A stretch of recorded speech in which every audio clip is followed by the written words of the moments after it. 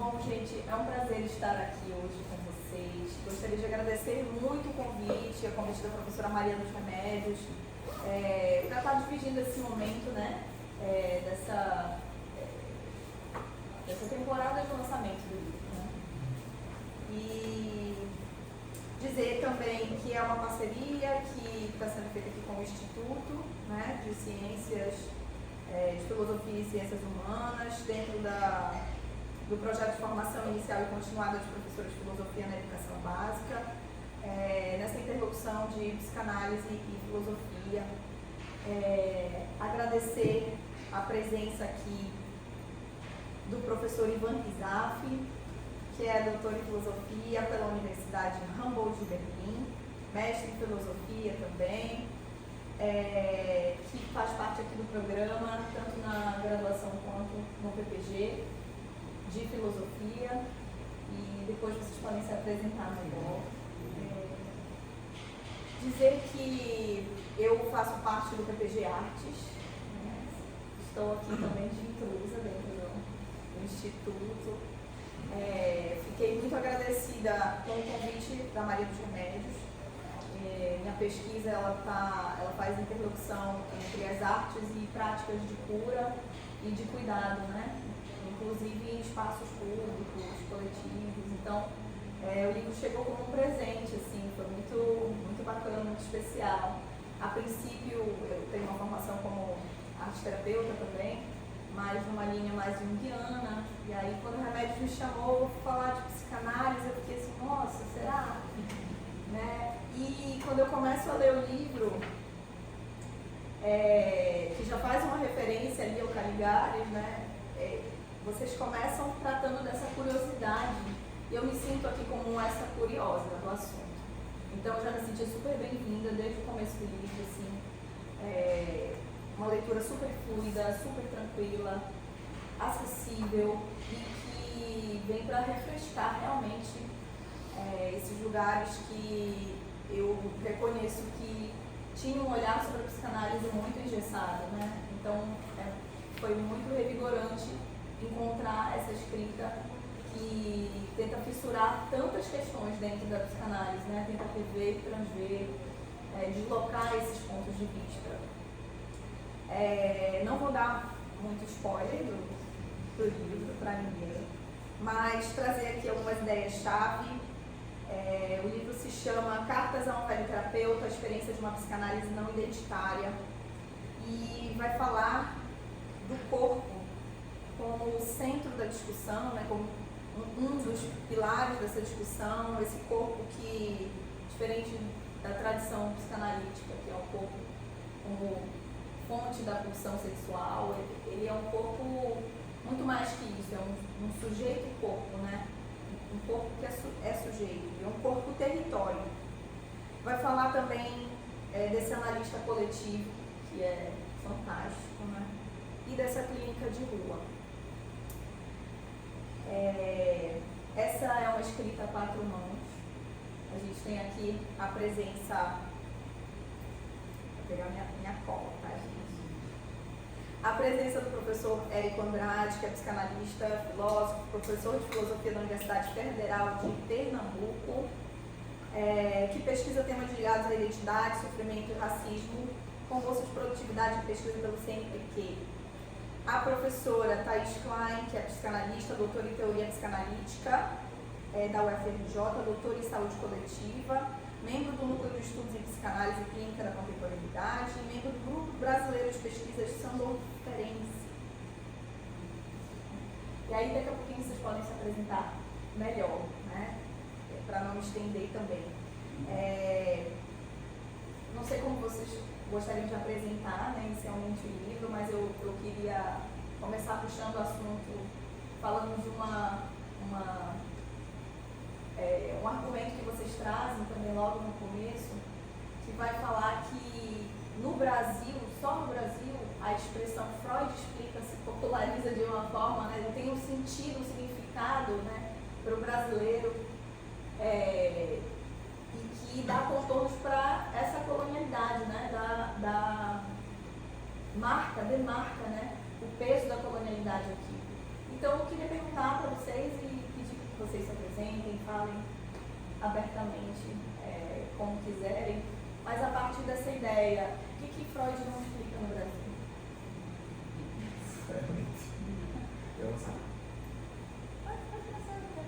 Tá bom. Então, gente, bom dia, primeiramente. É uma alegria estar em Belém, né? Eu me sinto em casa em Belém para um motivo muito entusiasmo estar aqui com vocês. A gente fez questão de vir para Belém, fora dos nossos lugares, né? Rio de Janeiro e Recife, e São Paulo, que é a editora. O primeiro lugar do Brasil que a gente está vindo lançar o nosso livro oficialmente é justamente Belém. Considerando justamente que esse filho não conta quem são nossas casas, a gente tem que chamar os amigos para comprar os livros, enfim, tem que ter aquele rolezinho para poder ter alguma grana, para poder viajar. Mas o primeiro lugar que a gente veio foi justamente para Belém do Pará. Porque a gente acredita justamente também que há uma dimensão da regionalização da psicanálise e fazer esse debate circular também no território nacional e no norte do Brasil a gente considera que é crucial. Eu fiz um vídeo ontem sobre a audiência pública a respeito da psicanálise, que houve no Congresso Nacional, quando a gente vai ver as pessoas que estavam na audiência defendendo a não regulamentação da psicanálise, todas elas eram brancas e sudestinas. Né? Então, assim, acho que é um ponto importante que o nosso livro traz também, que é esse ponto da região, da regionalidade. Né? A gente brinca com isso durante o livro, em vários momentos, e a tua pergunta agora eu achei extraordinária, né? Porque o que é que Freud não explica, né? Eu achei muito interessante começar com essa questão, e é inusitado para a gente tem feito vários debates, mas online, enfim, em São Paulo a gente fez vários debates também. E é interessante notar, no Rio, também a gente fez debates, é interessante notar como a própria compreensão, o que Freud não explica, seria justamente a razão pela qual se pode tomar a psicanálise como uma teoria universal. Ou seja, Freud não explica os pressupostos a partir dos quais ele autoriza-se a determinar uma condição humana a partir de uma clínica feita com as histéricas ali em Viena. Ou seja, o que é que autorizou Freud a fazer isso? Então, a incorporação dessa expressão Freud explica no Brasil, que parece uma expressão brasileira, como a gente mostra no livro, é uma incorporação de um legado de conhecimento que é importante, ninguém tem dúvida sobre isso, mas que a maneira como ele já chega numa expressão, uma totalidade. Já chega expressando essa dimensão da colonialidade, a qual o nosso livro faz referência de modo crítico.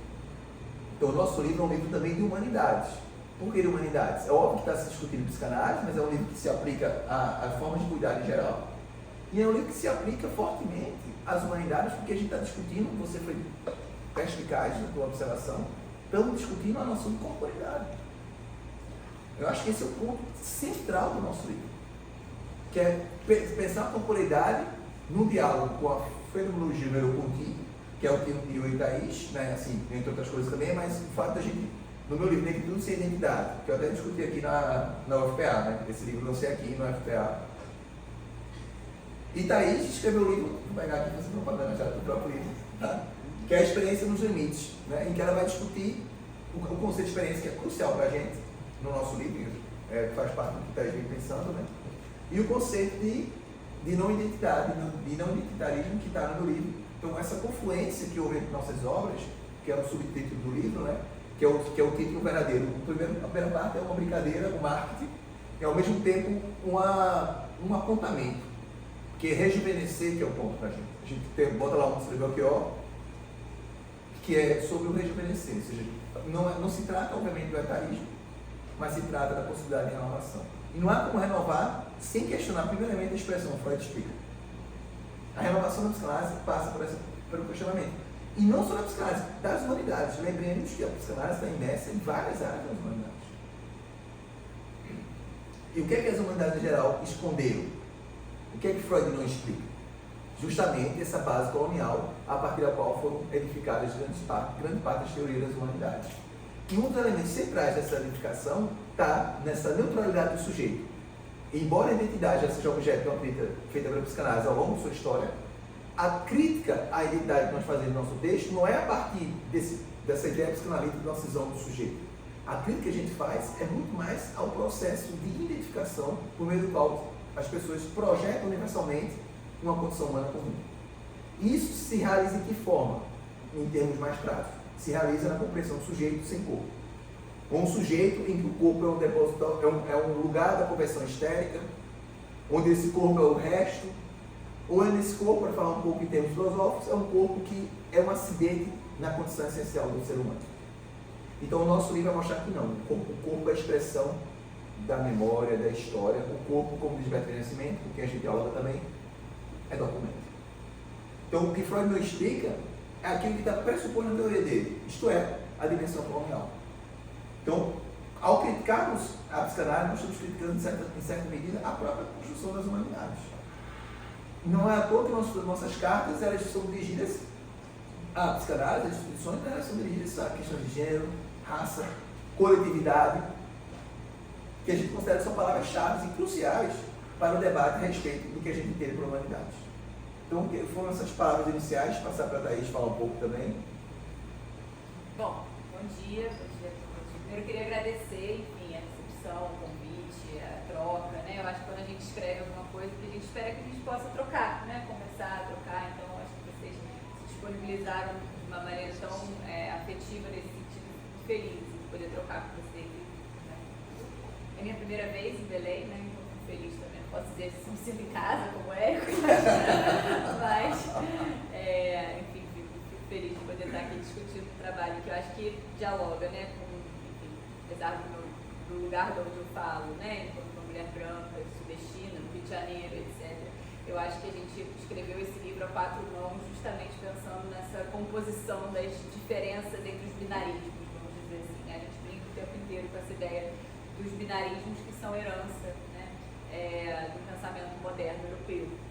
Então, para começar, né, essa conversa, a partir dessa questão, achei ótimo também quando você colocou. Eu brinco assim que no Brasil a gente tem uma série de expressões, né, ligadas à psicanálise que se miscuíram no vocabulário popular, né? Por exemplo, no funk carioca a gente tem várias expressões que vieram da psicanálise, como por exemplo, sem neurose, né? O recalque passa para o recalque passa longe, são conceitos psicanalíticos que foram, vamos dizer assim, fagocitados, né, pela cultura popular, e que isso reflete uma espécie de paradoxo, vamos dizer assim, né? A própria expressão Freud explica, eu acho que reflete um paradoxo que remete a uma dimensão da recepção da psicanálise no Brasil, né, e os destinos da psicanálise no Brasil.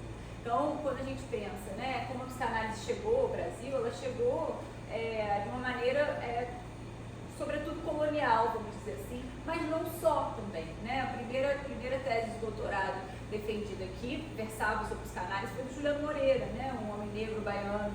Então, na Faculdade de Medicina, ele tem esses pontos de estudo e interesse pela psicanálise e, ao mesmo tempo, tem uma chegada oficial, assim, junto com a psiquiatria eugenista, né? Do começo do século XX, com as reformas eugenistas, etc., na qual a psicanálise vem não só para explicar, né, mas para, vamos dizer assim, fazer ela tem uma missão civilizatória, vamos dizer assim, né, transformar esse id primitivo. Tem uma tese que eu gosto bastante, que foi defendida lá na Fiocruz, na História da Ciência, que é do id primitivo ao ego civilizado, né? Então, a aliança da psicanálise, vamos dizer assim, ou da teoria psicanalítica, né, pela psiquiatria eugenista do começo do século, no sentido de trazer vamos dizer assim, uma ciência europeia, né, para dar um jeito nos povos primitivos, né? Só que não foi só isso, né? Porque se fosse só isso, a gente parava no Freud explica, né, de alguma forma. Eu acho que a própria possibilidade de Freud explica ser uma expressão popular, isso de alguma forma denota como que outros caminhos também puderam ser tomados, né, nesse território. Mas é uma tarefa que continua, né? Então, ou seja, a tarefa de, vamos dizer assim, enfrentar essa herança moderna, colonialista, né, da psicanálise e pensá-la na sua possibilidade de uma ferramenta, de uma prática, de uma praxis, né, a gente chama de uma praxis, mais que uma ética, uma praxis, que possa ser potente para o nosso território, né, de alguma forma. Então, acho que é essa tarefa que é um pouco o legado, assim, que a gente quis continuar nas nossas cartas a um velho terapeuta, né? Justamente nesse sentido, né? Ou seja, o velho não é uma pessoa velha, mas é muito mais uma recusa a morrer, né? Vamos dizer assim, uma recusa de fato se transformar, uma recusa à passagem do tempo, né? Então o livro é um pouco um convite nesse sentido a continuar de alguma forma enfrentando esse conflito, vamos dizer assim, inerente à própria recepção da psicanálise no Brasil, mas que precisa continuar, enfim, mas por outro lado ele produziu potência, né, que pode continuar produzindo potência desde que a gente continue questionando. Muita gente pergunta pra gente, mas por que vocês continuam com a psicanálise, né, de alguma forma? E porque a gente acredita que tem uma dimensão da prática psicanalítica que é potente, inclusive, sobretudo, nesse movimento que o próprio Freud inaugura, de se repensar a partir da clínica, né, como o Érico estava trazendo. Nesse contexto da histeria no século XIX na Europa, o Freud estava ali justamente às voltas com uma questão que era entrelaçada ao território dele, né? Era inerente ao próprio território, né? Era inerente e ao mesmo tempo era um questionamento em relação ao status quo, né? Então esse movimento inaugurado por Freud é um movimento, vamos dizer assim, que a gente imagina que a gente estava brincando outro dia numa aula lá na UFRJ que esse movimento é um movimento que Freud nem ele mesmo explica, porque é a revelia dele, mas é um movimento que ele faz, vamos dizer assim, é um movimento engendrado pela psicanálise, mas que não é intencional, vamos dizer assim, necessariamente, né? Então é isso. E para passar de novo para vocês, para a gente conversar, eu acho que é importante destacar, né, na esteira do que o Érico estava falando, que esse convite ele se estende a algumas dimensões na psicanálise. Eu acho que tem a ver com o que você também estava falando, no sentido de em que dimensões são essas, né? É uma dimensão epistêmica, que está muito presente no livro, né? Ou seja, um pouco de um questionamento, que sujeito é esse? Que sujeito que pode ser universalizado, né? Que noção de sujeito que pode, ou seja, o que está em jogo na universalização de uma certa concepção de sujeito? A gente brinca até um pouquinho com a figura do divã, né? É um sujeito que pode prescindir do seu corpo, né? Que pode, vamos dizer assim, não ter atributos corporais e residir nas palavras, né? Vamos dizer assim. Isso é uma discussão mais longa, eu estou só apresentando, né? De repente a gente pode continuar ela aqui. E aí entra a corporeidade, né? Então é uma dimensão epistêmica, uma dimensão clínica, né? Que na psicanálise é associada, né? E política. Então a gente vai partir dessa discussão, desde uma discussão sobre que sujeito é esse, né? Quais são as heranças desse universal abstrato na psicanálise, quais são as questões que nosso território nos interpela enquanto a uma insuficiência e até mesmo uma dimensão discriminatória, né? Dessa própria concepção do sujeito e de que forma a experiência psicanalítica, né, no Brasil, nos ajuda a deslocar essa própria concepção do sujeito e essa concepção epistêmica. Então o livro tem um certo formato nesse sentido, e a gente brinca que ele é começo, início, meio e início, de novo, porque de alguma forma é um convite, né, nesse sentido. Então acho que para começar a conversa por aí. E queria destacar assim, que o livro ele traz muitos autores, né? Ele vai discutir com muita gente, isso é maravilhoso, mas ele está falando de uma prática, né? Ele está falando de uma prática do que vocês fazem, do que vocês já estão fazendo dessa clínica de grupo, que eu acho que é mais fantástico, essa praxis que você está falando, né?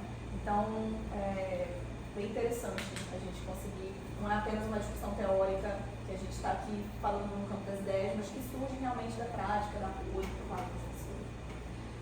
Agora eu queria passar a palavra para o professor Ivan Rizaf, que está hoje aqui com a gente. Muito obrigada pela presença, professor, né, por estar aqui e fazer esse diálogo com a gente. Fiquem à vontade. Obrigado, professora Ana. Eu queria primeiramente agradecer ao convite, né, que foi feito pela professora Maria dos Remédios, dizer que eu recebi o convite com muita alegria e queria saudar vocês, né, dar as boas-vindas aqui a Belém, ao UFPA, e dizer que, na verdade, o convite que eu recebi foi um verdadeiro presente. Não é? Eu li o livro com muita atenção e o livro me cativou muito. Não é? Então, a possibilidade de estar aqui com vocês, conversando presencialmente, receber o livro físico, é um grande acontecimento. E, como vocês disseram, né, o livro ele tem um caráter que eu acho muito impressionante, muito bonito, de convite. Quer dizer, convite a fazer uma reflexão, que é muito importante para todos nós, para aqueles que têm interesse pela psicanálise, para nós que somos brasileiros, não é? E num país tão grande, com uma diversidade tão grande, com uma questão histórica muito importante, não é? Racial também. Então eu acho que o livro toca em diversos pontos. E para iniciar esse debate, eu gostaria de fazer um pouco um depoimento pessoal, não é? Sobre a minha leitura, e depois passar para alguns pontos que são inúmeros.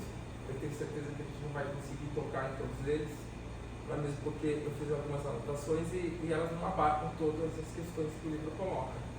Mas eu fiquei muito tocado com o livro, porque ele faz esse convite, né? Eu acho, a nós, já com o próprio Belchior, quer dizer, né? Um convite à musicalidade, a abrir os nossos ouvidos, né? Com as mensagens que aparecem na cultura popular. Então eu fiquei pensando muito também na minha posição, primeiramente, não é?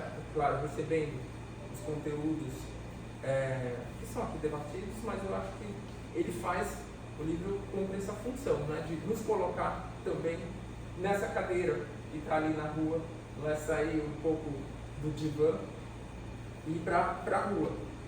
Eu fiquei pensando, para mim foi muito gratificante, porque eu me vi um pouco nessa trajetória, né? Como é que a psicanálise chega até nós, quais são as imagens que aparecem, não é? E como ela vai transformando e criando um ambiente que é nosso, mas que ele pode ser coletivo também, não é?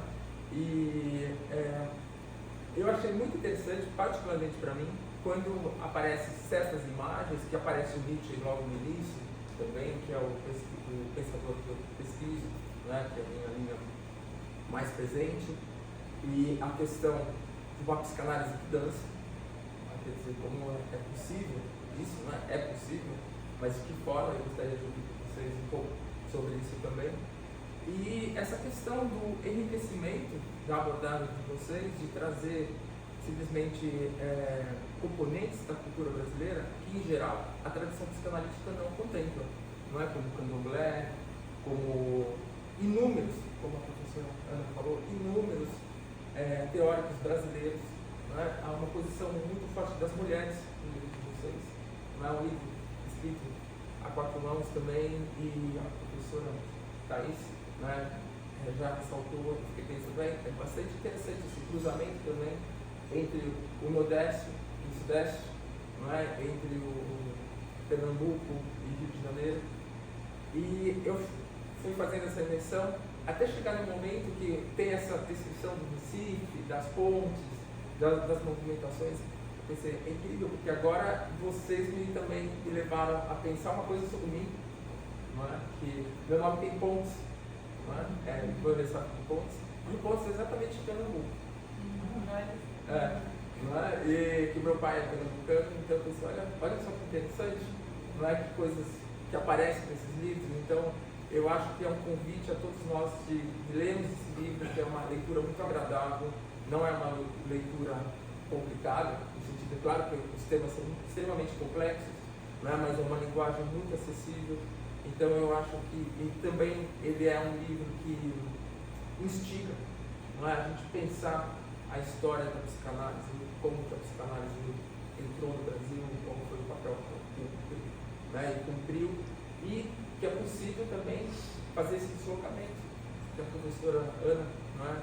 Acabou de dizer, quer dizer, esse deslocamento era uma coisa muito importante, que é a própria da psicanálise, não é? A gente desloca, a psicanálise está o tempo todo preocupada exatamente com esses deslocamentos que nós fazemos até inconscientemente, não é? Com os atos falhos, com sonhos. Então, eu achei muito importante também, o professor Ana falou, o próprio Freud, de repente, não pensava nisso, mas está lá, né, no cerne da psicanálise, esse movimento de deslocamento. Então, claro, todo o trabalho, ele pode ser deslocado, deve ser deslocado.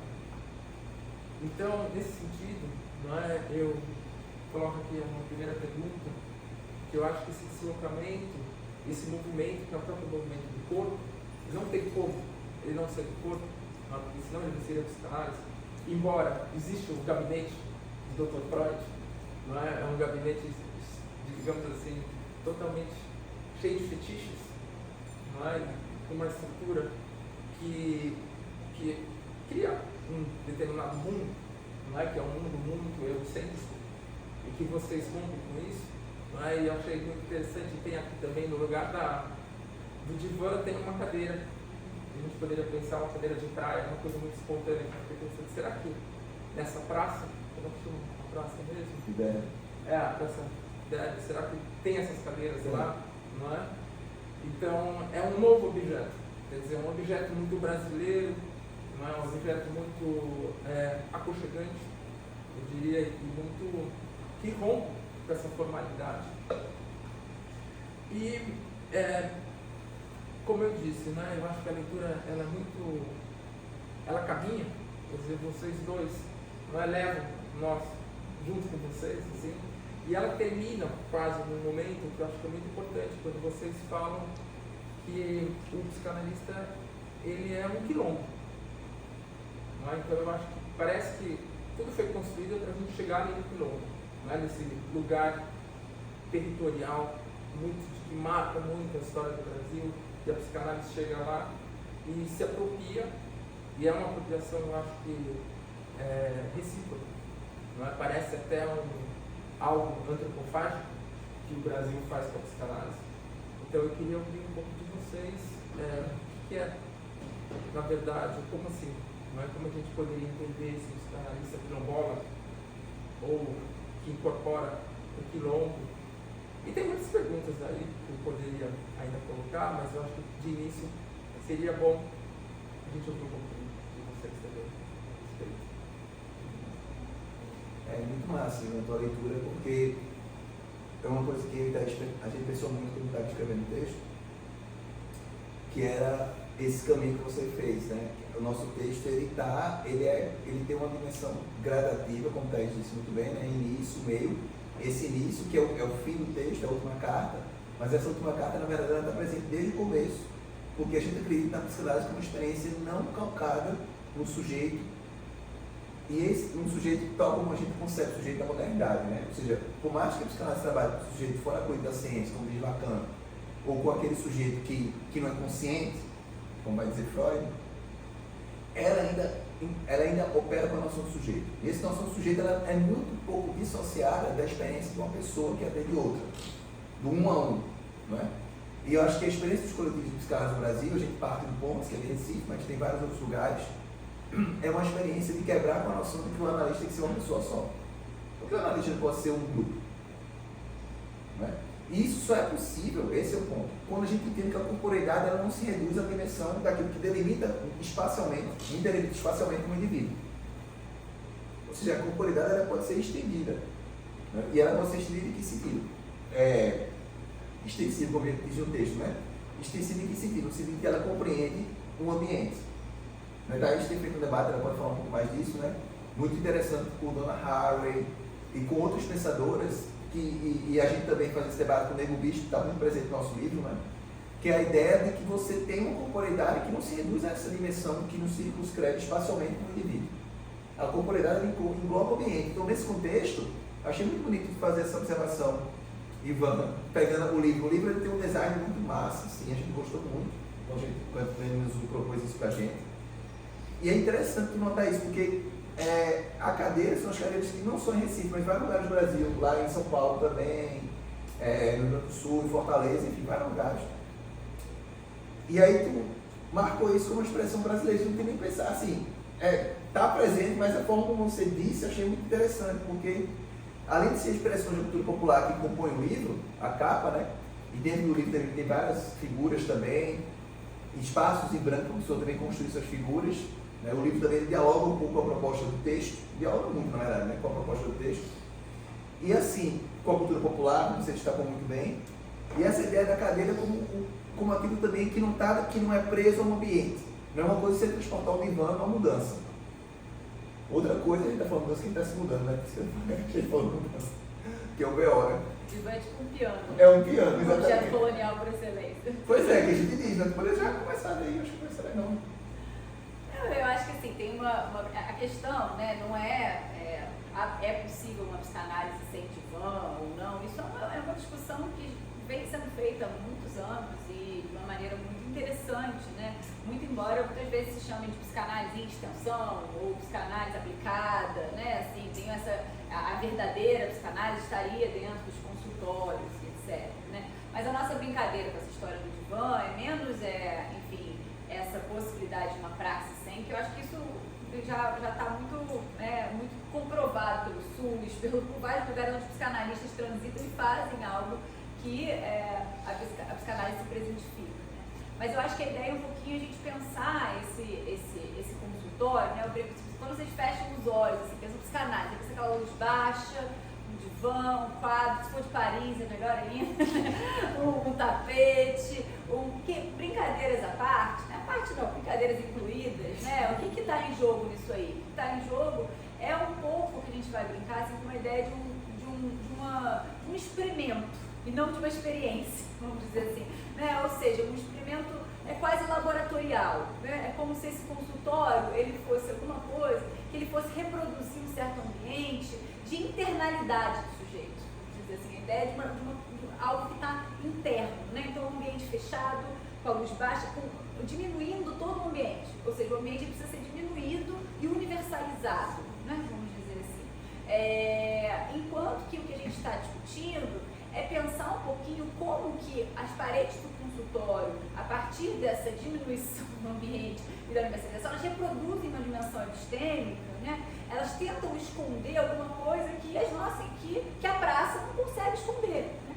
Que a gente é permeado pelo mundo, pelo outro, e pelo outro não só pela linguagem, mas pelos corpos, pela musicalidade, pelo ambiente, né? E nesse sentido, o diálogo com o Nego Bispo e com outras, sobretudo com autoras, né, brasileiras, acho que foi muito bem observado, isso é uma coisa que a gente tentou fazer bastante, a gente teve muita atenção na tessitura desse livro, foi justamente para não fazer dessas autoras e autores, né, que estão dentro desse escopo, vamos dizer assim, pode dizer mais amplo, no campo decolonial, etc., que eles fossem, vamos dizer assim, pessoas com quem a gente fosse pegar um conceito, ou dialogar aqui e manter a nossa estrutura epistêmica, né? A gente tem chamado isso de extrativismo epistêmico, vamos dizer assim, né? A gente e outros autores. Então, a nossa ideia um pouquinho era trazer esses pensadores e pensadoras justamente para dentro da discussão, para dentro desse consultório, tirar esse ambiente, vamos dizer assim, experimental de um consultório que talvez remeta a alguma coisa de uma interioridade do indivíduo. Então, quando a gente está falando sobre um analista coletivo, né, não é necessariamente, eu acho que isso é importante frisar, acho que talvez o Eric possa falar um pouquinho da parte do quilombo e da identidade, né, acho que, mas não é necessariamente uma ideia de que é preciso, de que há ou não há possibilidade de psicanálise em grupo. A gente tem milhões ao longo da história, a própria Laborde, a gente tem o Jean-Louis, por exemplo, não sei se vocês ouviram falar, ele estava lá na Laborde fazendo psicanálise coletiva. A gente tem o Bion, por exemplo, na Inglaterra, que trabalhava na Segunda Guerra com grupos. A questão é menos essa, é mais pensar o que essa experiência de coletivos, de psicanálise, que tiveram um certo boom na pós-pandemia, ali, logo depois da pandemia, né? Ou assim, continuidade ali com a pandemia, que vem na esteira, enfim, das provocações engendradas pelos movimentos sociais, pelas ações afirmativas, para a própria psicanálise, que vem se repensando de alguma forma, que foi obrigada a se repensar, então, o boom desses coletivos. O que essa praxis na praça, vamos dizer assim, nos espaços públicos, traz para a gente de questionamentos conceituais e epistêmicos, né? Ou seja, então é menos, vamos dizer assim, sustentar que essa é a única psicanálise possível, porque a gente não relega, a gente não quer brigar nessas fronteiras da verdadeira psicanálise, mas é mais mostrar que essa experiência psicanalística, em que o analista não é uma pessoa, na qual o analista não é uma pessoa só, né? O analista, isso o Eric pode falar um pouquinho, muda a cada vez que o paciente chega, é um analista diferente, porque o analista é o grupo, vamos dizer assim, numa praça onde uma pessoa chega, uma música toca, um helicóptero pousa, como que isso coloca questões, os conceitos psicanalísticos, vamos dizer dizer assim, que as paredes do consultório, de alguma forma, tentam esconder.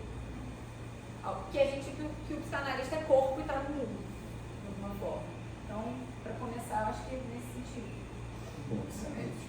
Muito massa, porque essa distinção entre experiência e experimento eu achei muito pertinente. Porque é quase como se o consultório fosse um divã, fosse um laboratório. E aí, essa tua fala é muito boa, porque a ideia de consultório diminuir para caber a gente dentro dele, como se a gente fosse uma coisa isolada do mundo, fosse tão internalista. Tem uma ideia que diminui o ambiente para se aproximar do interno, né? Porque para ficar mais para dentro. Essa ideia seria um pouco introspecção, né? Isso é muito bom, porque a quebra que os coletivos fazem é o reconhecimento de que a gente é porosidade com relação ao mundo, a gente é atravessado pelo mundo. Então, no atendimento na praça pública, tem como Thaís disse, helicóptero que passa, ambulância, música. A gente fica até brincando, não é que a gente vai estudar psicanálise e ouvindo pagode ao mesmo tempo, ouvindo frevo, né? Senão na praça pública, né? E ao mesmo tempo, esse rodízio de analistas que atendem as pessoas, o que é que acontece? Não sabe ser atendido por uma pessoa, não sabe por outra, e assim vai, e depois volta para aquela mesma que já lhe atendeu.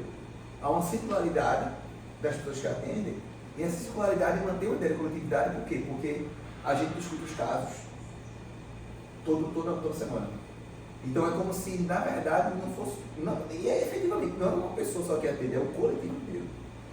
Porque mesmo que você tenha uma perspectiva numa escola mais ligada à operação psicanalítica do que a outra, quando você está em roda, naquele que a gente chama de escuta de gira, tudo está rolando e acontecendo ao mesmo tempo. Então, mesmo que você tenha uma perspectiva mais específica na psicanálise, quando você vai atender na praça, você vai ter influenciado pelos seus colegas. Porque a ideia da gente não é chegar a uma verdade diagnóstica, mas chegar a possibilidades de lidar com certos sofrimentos que a gente atende na praça. E isso eu acho que é um dispositivo que é muito próprio da experiência brasileira, que está sendo produzida no Brasil. Que é por isso a ideia do quilombo, ou seja, uma experiência. Claro que tem quilombo na África, que começou a ter quilombo na África para fugir da captura de pessoas a partir das quais foi feita o tráfico, né? Mas o quilombo, como essa experiência muito brasileira, que envolve, por exemplo, os indígenas, né? Você não tem como fazer quilombo sem conhecimento dos indígenas da mata. Isso é uma questão técnica. Assim, então o quilombo era também um lugar de não identificação. Era um lugar em que as pessoas não eram mais identificadas como negras, no sentido de serem escravizadas por serem negras, pelo racismo. Então o quilombo também é uma experiência que a gente não identifica, aquela experiência que é de fortalecimento e um contraponto à identidade que nos aprisionou. Então essa é a ideia do quilombo, que envolve inclusive até brinco, né? Envolve até pessoas brancas. Eu fiquei muito curiosa, né? Para saber como que acontece na prática as rodas, né? As giras. E fiquei pensando muito nessa relação da transferência contra a transferência, como é isso quando você tem esse analista coletivo, né? Como que funciona, se essa rotatividade de pessoas que aparecem, né? Qualquer pessoa que está ali pode sentar e se juntar, então até a continuidade das pessoas, né? Nesse processo, como é que está se dando, assim, porque acho que talvez querendo ouvir um pouco da experiência do participante. O nosso coletivo tem texto sobre isso, acho que eu vou até depois posso passar, porque é melhor para vocês verem do coletivo, que é a minha perspectiva aí, e Thaís que já foi várias vezes em Recife, e a gente conversa sempre sobre essa experiência. Mas assim, tem um coletivo que produzir material sobre isso, e o que acontece, tem pessoas que continuam sendo atendidas há anos já, só para dar uma resposta rápida, e a transferência com o coletivo. Até o nosso manifesto de fundação do coletivo é um manifesto decolonial. Então a pessoa não vai desavisada. Ali é um manifesto decolonial, ou seja, a gente é parte dessa perspectiva. A gente não chega a essa perspectiva, a gente parte dela. Existe uma certa ordem de atendimento, por exemplo, se a pessoa passou pela praça e fala, eu quero ser... se tiver liberado, vai. Não tem horário marcado, né? Não tem horário marcado, exatamente. Vai. A gente está lá no horário marcado de sempre, todo sábado, 10 às 12. Mas as pessoas podem chegar lá, já teve todas as experiências possíveis. Assim, pessoas que chegaram lá com tornozeleira eletrônica, e pessoas que estavam entregadores que precisavam, que tocou para fazer a entrega, teve que sair no atendimento. Pessoas de classe média brancas tem também. tem pessoas que são negras e que teve uma experiência na universidade e começa a saber que a universidade é importante e vai para lá porque podem ser atendidas.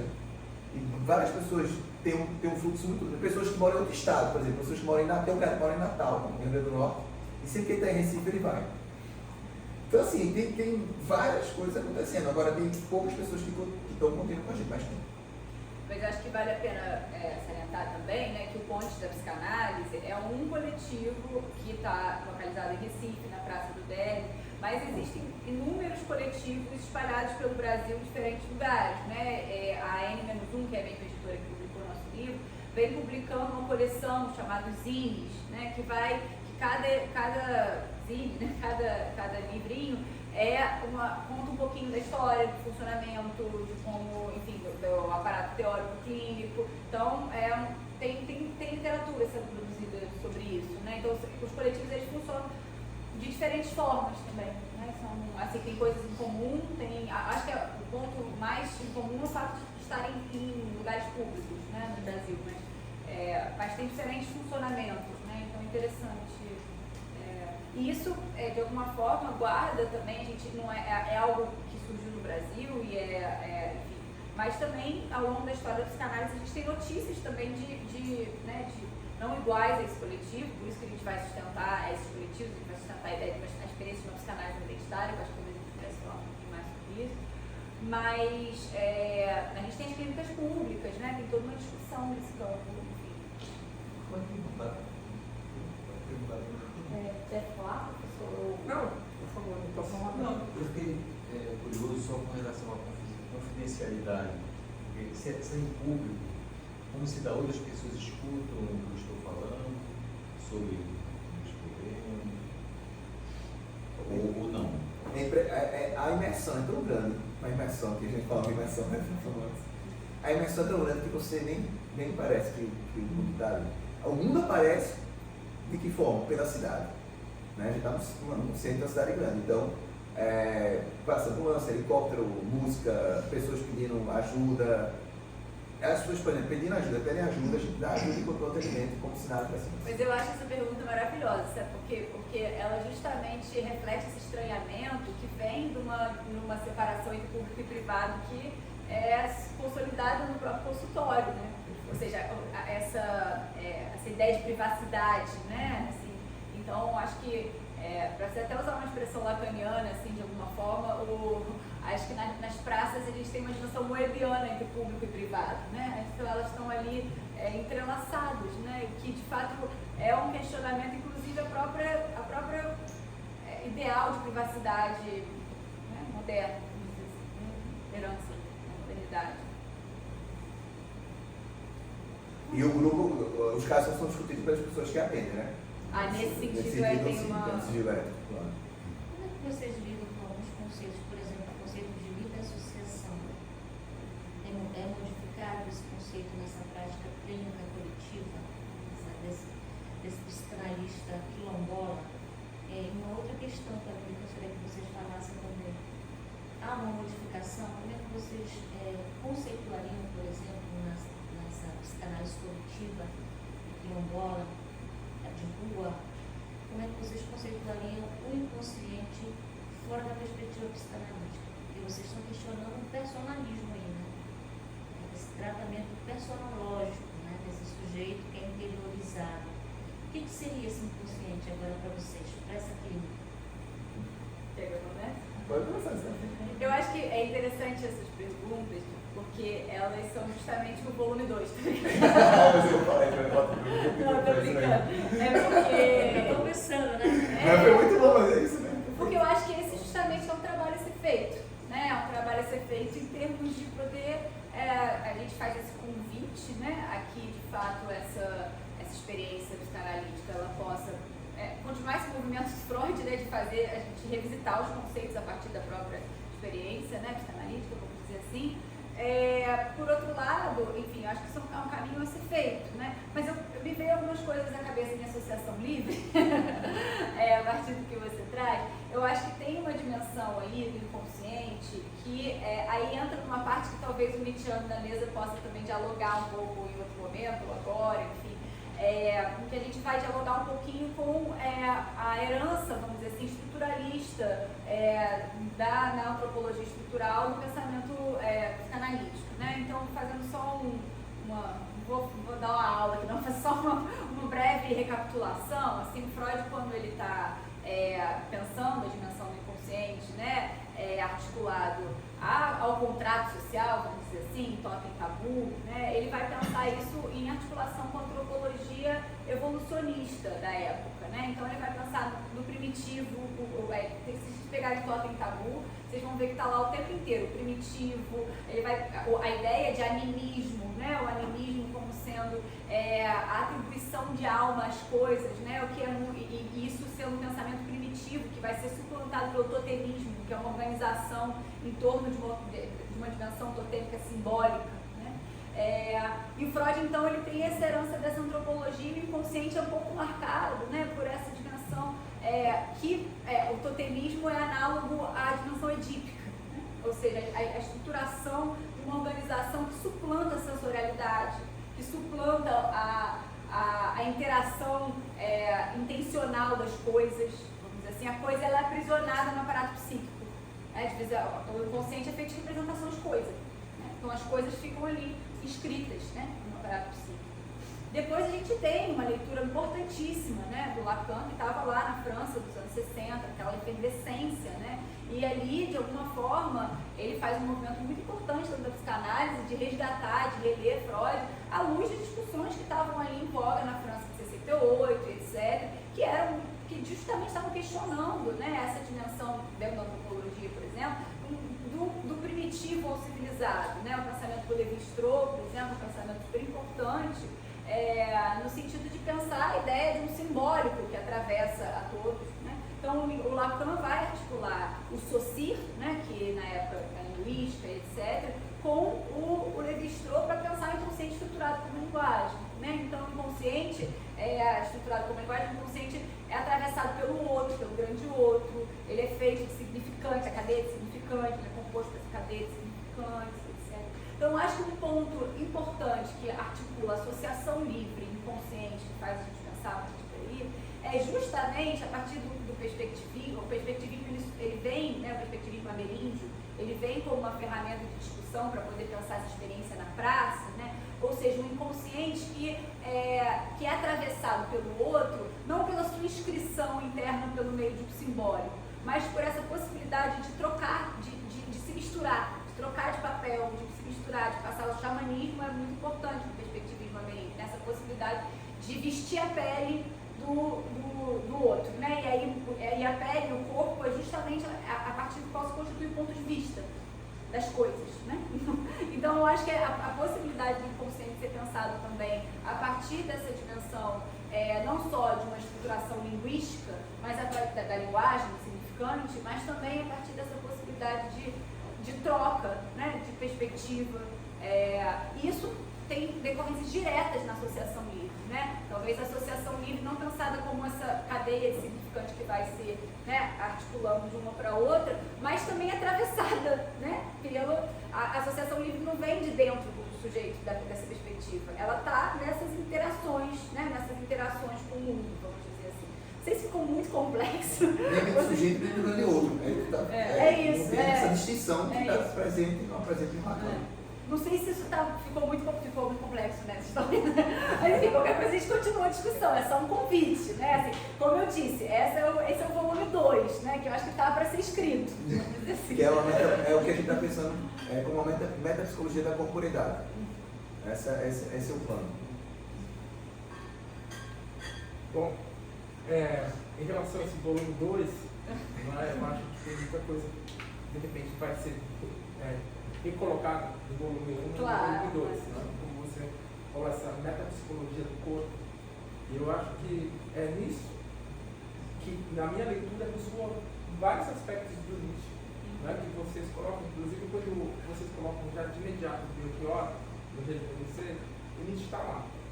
Porque vocês sabem que o Belchior, inclusive o bigode dele, é uma homenagem ao Nietzsche. Ah, é? Ah, não sabia não. Eu gostava tanto do bigode. Então, existem muitos componentes ali nos textos dele que se remete, né, ao pensamento do Nietzsche. E eu acho, o que é isso? Né? O que a gente pode pensar para dialogar aqui com vocês? Esse já rejuvenescer, que é um modo do livro de vocês, né? Quer dizer, vocês começam ali com uma representação do que é esse velho analista. É claro, né, o velho analista, em primeiro lugar, ele não Freud, né? E depois toda a legião que segue o Freud. E vocês estão fazendo um convite a esses analistas, olha, vamos lá, né, tomar um pouco um antídoto para rejuvenescer, não é? Vamos ouvir música, vamos dançar, vamos desamarrar esse arcabouço conceitual tão marcado por um eurocentrismo. Quer dizer, por isso que eu, na minha primeira colocação, eu saltei há algo aí antropofágico, né, que é muito da nossa cultura, dessa conjunção, não é, dessas pontes que vocês descreveram lá, né, quer dizer, pontes da psicanálise, confluência, corporeidade extensiva, construção coletiva, que se contrapõe à noção de uma propriedade sobre um caso no paciente. Não é? Então, eu acho que isso tem muito no Nietzsche. Não é? Mas é claro, são diversas abordagens teóricas possíveis, e eu acho muito interessante que vocês coloquem sempre essa questão do candomblé, que eu já ressaltei, porque o candomblé também tem essa coisa da roda, da dança, do politeísmo, não é? Que é destruidor exatamente de uma imagem que está solidificada ali, que é uma imagem que foi colocada para nós, uma matriz europeia, uma cultura, não é? Onde tem um conceito universal, a exigência de um absoluto, que se corporifica na imagem de alguma pessoa. Não é? Pode ser o sacerdote, pode ser o líder totalitário. No caso da psicanálise, é o analista, que ele está ali, não é, cumprindo, e vocês mostram isso de maneira muito clara, né? E é uma tarefa que vocês cumprem muito importante de mostrar para nós, olha, cuidado, não é? Porque essa pessoa, ela, na própria história da psicanálise do Brasil, ela dialoga, não é, com ideologias que são ideologias civilizatórias que a gente já conhece na nossa história, e que a gente precisa abordar ainda sem jogar, né? sem jogar água no banho com o bebê, que é o que vocês falaram, nós não abrimos a psicanálise. Por quê?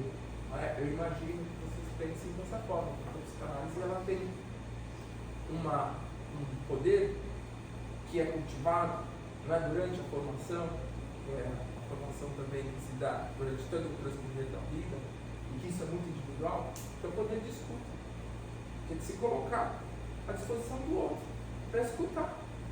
Não é? E quando a gente escuta o outro, essa escuta reverbera, quer dizer, a fala, não é? Que está sendo escutada, ela reverbera, retorna para o outro.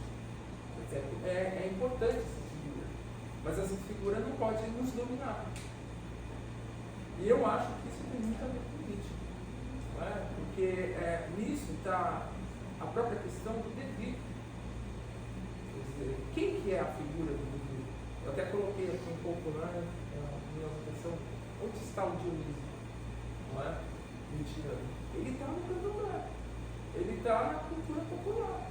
Não é? Por quê? Porque essa figura é uma figura lá, da Grécia, mas ela não é só da Grécia. Ela é da Índia. Não é? Quer dizer, é uma figura, é uma pulsão universal que está aqui, que está no quilombo, que está no candomblé, que está na música do Belchior. Não é? Por quê? Porque ela é uma figura de um poder iconoclasta. Um poder que olha certas imagens consolidadas e destrói essas imagens. E, então isso significa a morte.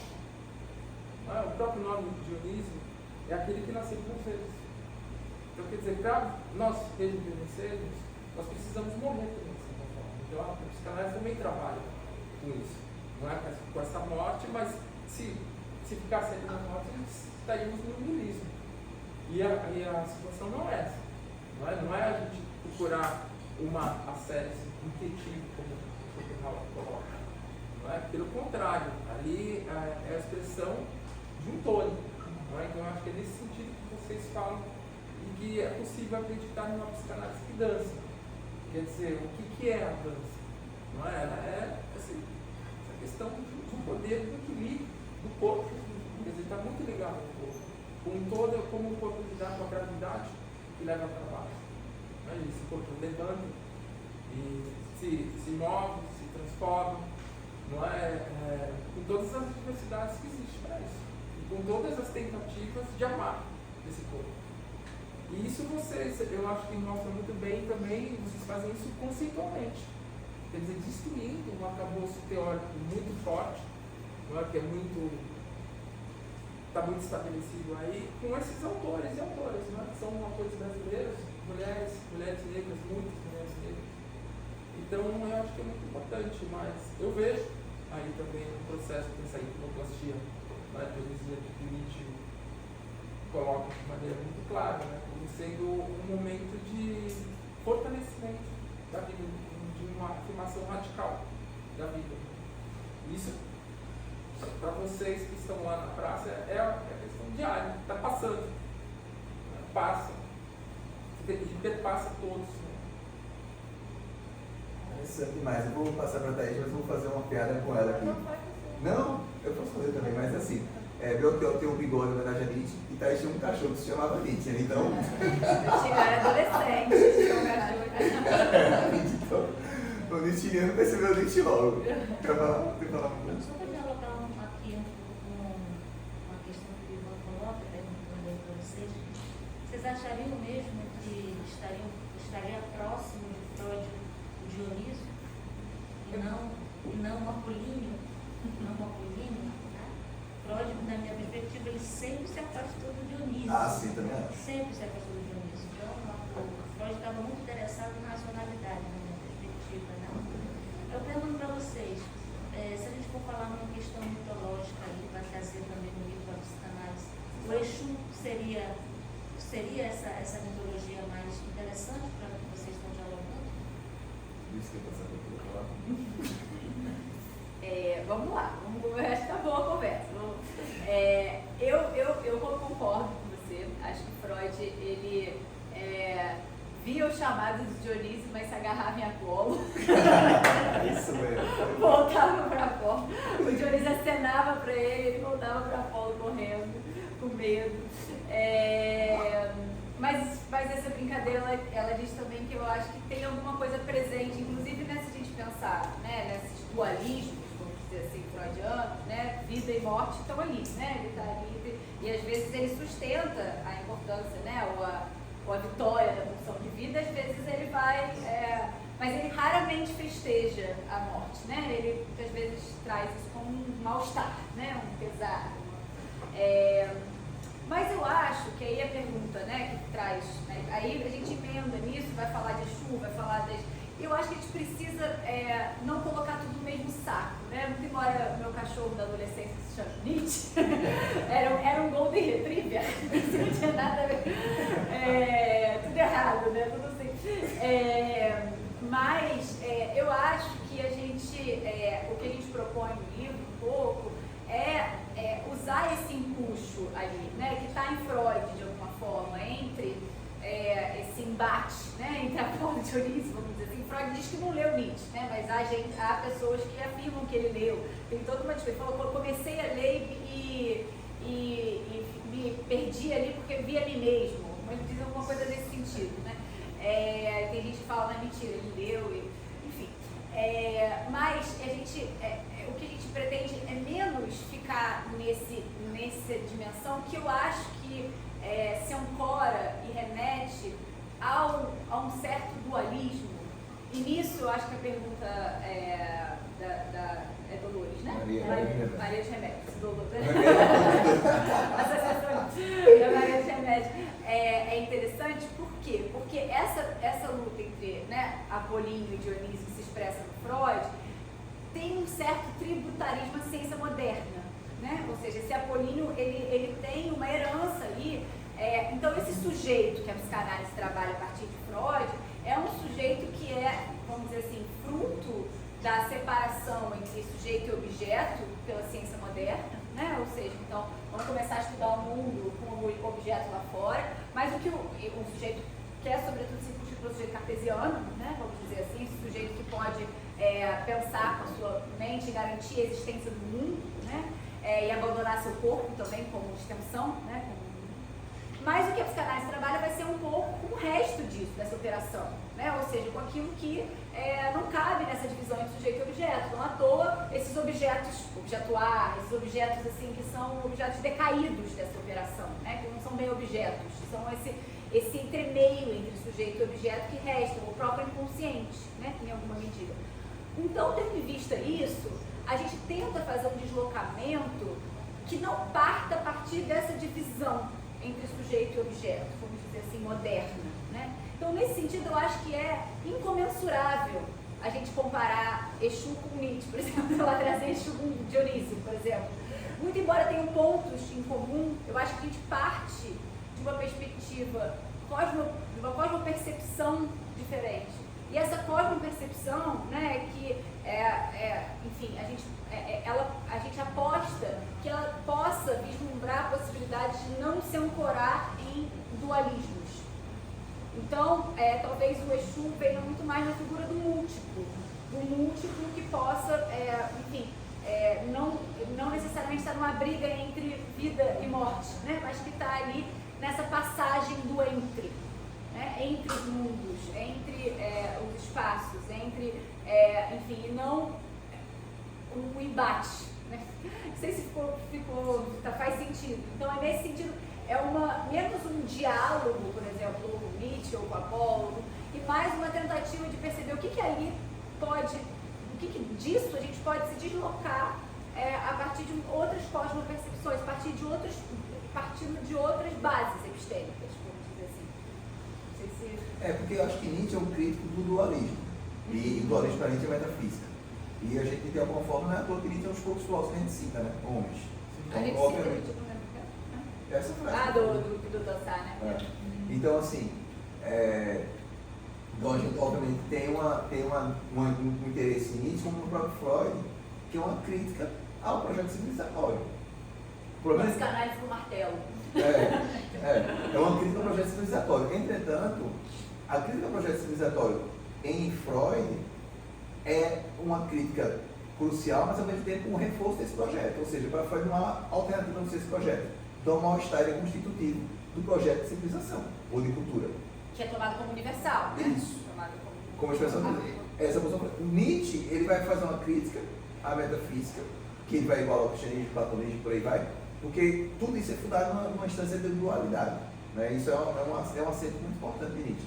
Mas a própria construção do binarismo, ela é criticada por nós por uma dimensão, na medida possível, claro, mais dialógica com essa cosmopercepção ameríndia. Em outras palavras, a crítica ao binarismo não coincide com a crítica ao dualismo.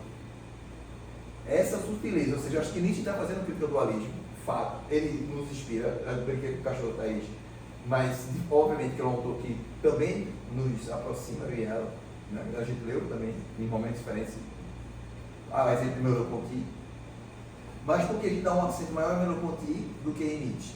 Porque para a gente o que é fundamental é essa noção de corporeidade, não que não haja em Nietzsche, óbvio, mas assim, é que ela para a gente é pensada mais sem essas divisões. E não é só a divisão entre dois mundos, como que a crítica de Nietzsche é o dualismo que constitui a metafísica. É uma divisão, qualquer que seja ela. É uma crítica ao binarismo que não é entendida apenas como uma expressão de dois, mas como essa expressão em que há sempre uma separação do mundo, mas não pelo aspecto dual. Porque é tanto que para a gente não é uma crítica ao cristianismo, como faz Nietzsche. Né? Nietzsche faz o cristianismo porque eu acho que é como faz. Não é uma crítica ao cristianismo que está no centro do nosso trabalho. Inclusive aparece muito pouco, né? Exatamente, aparece muito pouco, justamente. Não é isso. Mas é uma crítica à construção que permitiu uma dimensão de universalidade. A dimensão de universalidade era funda o binarismo.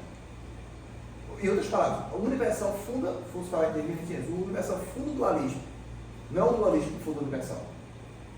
Então, nesse sentido que a gente está tensionando a própria possibilidade da construção de universalidade. Porque quer querer que não, Nietzsche ainda trabalha com a noção de universalidade. A gente pensa, por exemplo, vontade de potência, ou vontade de poder, dependendo da tradução. Não.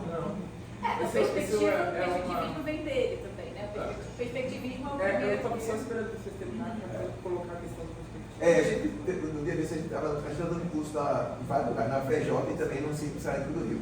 Em que eu tentei fazer a distinção entre o perspectivismo ameríndio e o perspectivo de Nietzsche, antecipando um pouco isso.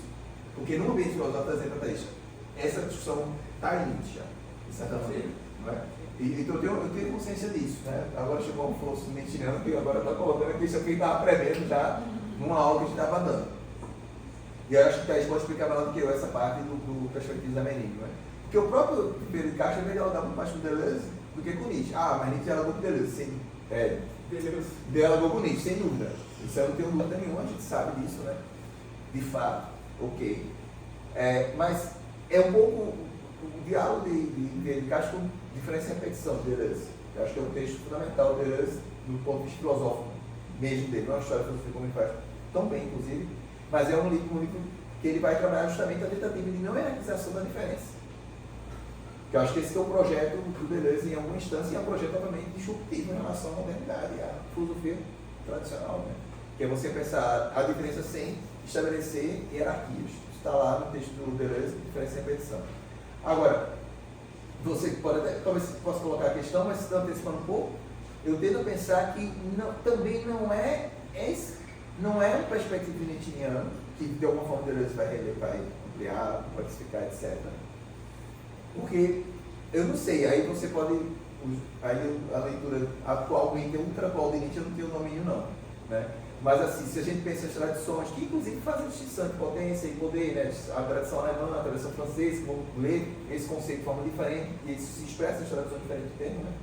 Mas eu tento a pensar, e aí você tem uma escrita no Nietzsche mais naturalista, né? Que aí vai ser um Nietzsche mais naturalista e um Nietzsche menos dualista, né? Da dualidade, né? Enfim, tem várias coisas que você pode pensar nisso de diferentes formas, eu acho. Mas eu não sei se essa noção de perspectivismo está em estrita sintonia com o que a gente está propondo. Eu me pergunto sobre isso, mas você pode fazer a pergunta de forma mais clara e Thaís também pode falar um pouco. O ponto, não é? Que eu acho que é o interessante de nós estarmos aqui desse encontro, é exatamente fazer também um relato de uma leitura muito pessoal.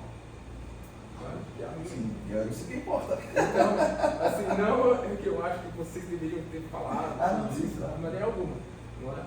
Mas o que eu vejo é o seguinte: existe no livro de vocês algo que é muito importante, que é a destruição de uma imagem, que é a imagem do analista tradicional freudiano, não é? Tanto é que vocês focam mais no Freud do que no Lacan, eu acho. Não é? E isso é algo, até mesmo disse, talvez isso já esteja lá no cerne do Freud. O que ele colocou, ele possibilita isso. Não é? Isso a tarefa dos leitores postos dele fazerem. Vocês são leitores do Freud. Não é? Como é que vocês fazem isso? Não é? Destruindo a imagem que foi criada. E que às vezes até nem é o próprio Freud. Mas é a imagem da tradição, da escola freudiana no Brasil. Não é? E eu vejo como é que é feita essa desconstrução, essa destruição dessa imagem. Num processo de dissolução dessa imagem. Certo? E como é que vocês fazem isso? Através de muitos autores e autores. Inclusive, autores mulheres negras. Certo? Então existe aí um processo, não é, que transmemora, para usar a palavra do Freud, do Nietzsche.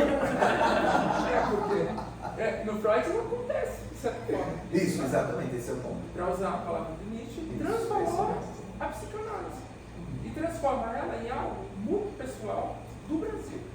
Inclusive vocês usam essas imagens, quer dizer, vocês colocam outras imagens, a imagem do quilombo, a imagem do candomblé, não é? Então, existe aí um jogo que o Nietzsche ele problematiza e ele coloca como um jogo muito importante, como um jogo de forças. Sim. Quer dizer, eu acho que nesse sentido a gente pode usar o Nietzsche muito bem como um pensador que é importante também para a decolonização. Por mais que isso seja contestado. Não é?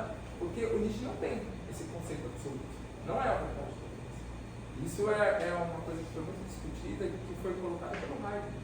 O Heidegger é completamente contestado. Isso não é mais usado para interpretar, né?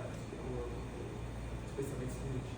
Então, eu acho assim, o candomblé, ele tem um aspecto que a gente poderia chamar de poesia. Porque ele é um aspecto que usa a dança, que usa a dissolução, que usa o devir, que usa a potência afirmativa da vida, é? Que usa a dança, em primeiro lugar, que é essa frase, não é? Eu só acredito em Deus que dança, eu só acredito no Dionísio. Quem é o Deus que dança? O Dionísio. E vocês trouxeram exatamente isso, né? Transvalorando, falando, eu só acredito em uma psicanálise que dança. Quer dizer, como assim? Como é uma psicanálise que dança? Ela dança como o Exu dança? É isso que vocês estão falando, de certa forma. Não é? Quer dizer, existe aí um embate de apropriação do corpo, que está preso, de repente, numa perspectiva que é eurocêntrica. Quer dizer, qual perspectiva que é essa? A perspectiva que existe não é? Existe um conceito que domina tudo, que domina todo o pensamento, quer dizer, um conceito que é completamente normativo, que ele explica ele pode explicar todo o mundo. A ordem cósmica ele explica onde está o corpo. E que esse conceito, ele é, no final das contas, no transcorrer da história, totalitarismo. E que ele foi colocado pela colonização para nós, destruindo a religião autóctone, a cultura autóctone. Não é? Então nós somos produtos disso. E a psicanálise, vocês colocam que ela é um instrumento civilizatório, nos moldes como foi colocado. E o trabalho de vocês mostra é possível manter a psicanálise, afastando esses componentes. Quer dizer, tirando a psicanálise do gabinete, levando a psicanálise para a praça. O que acontece quando é feito isso? Um ganho de perspectiva gigantesco. Não é? E uma perspectiva que é do local. Vocês chegam a falar aqui, né? Nossa cabeça pensa onde nossos pés pisam. Vocês falam que isso é um pensamento indígena. Então, é um ganho de perspectiva. É um ganho de perspectiva que faz com que a gente repense certas imagens, não é? Porque imagem é ideia, não é? Certas ideias que foram colocadas para nós e que elas são uma verdadeira visão, não é, para o nosso corpo. Quer dizer, o nosso corpo ele é dominado. E aí quem? Eu queria complementar também, professor. Você fala dessa dissolução do analista. Eu acho que tanto esse movimento da dissolução do analista, mas eu acho que tem uma dissolução do paciente, né? Quem é esse sujeito dessa análise, né? Da psicanálise.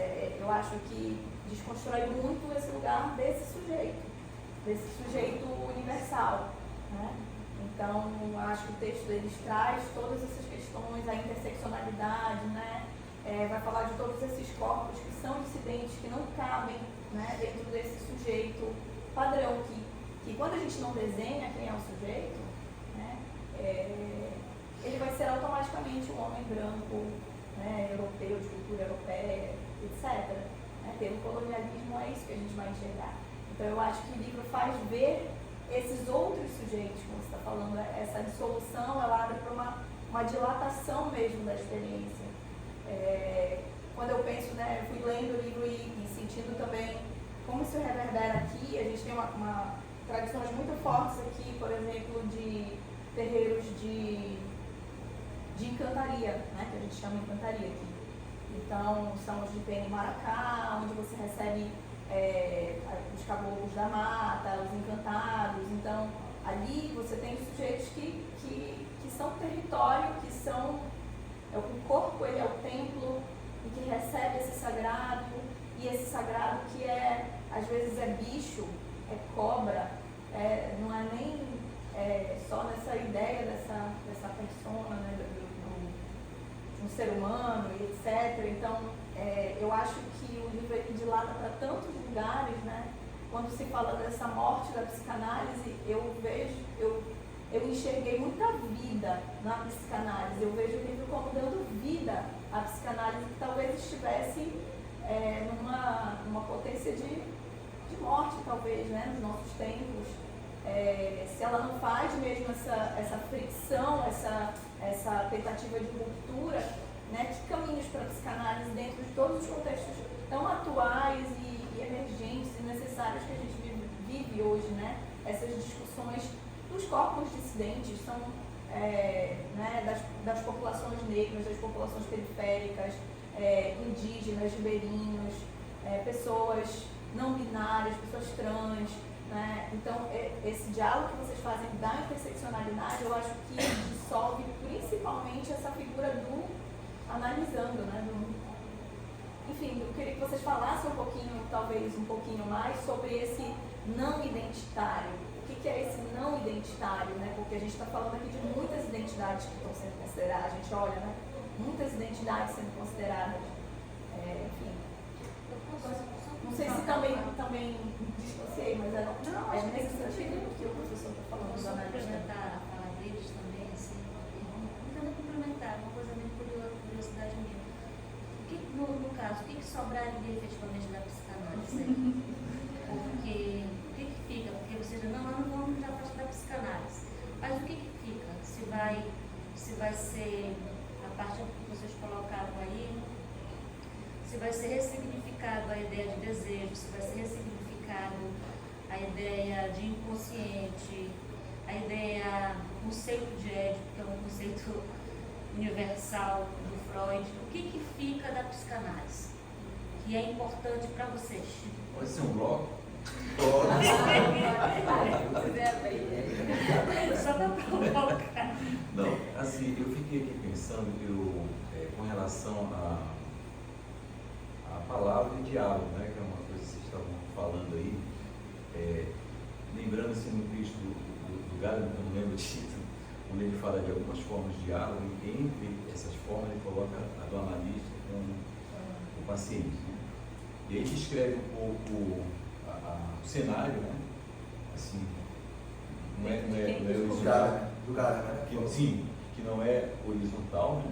Assim, cenário mesmo, normal, mas ele tenta defender, né? Dizer que há uma certa, dizer assim, uma certa igualdade na palavra, mas eu discordava sempre, né, quando estava vendo isso com os colegas, porque eu dizia para ele, mas como que há diálogo e igualdade se há ideia de resistência, né?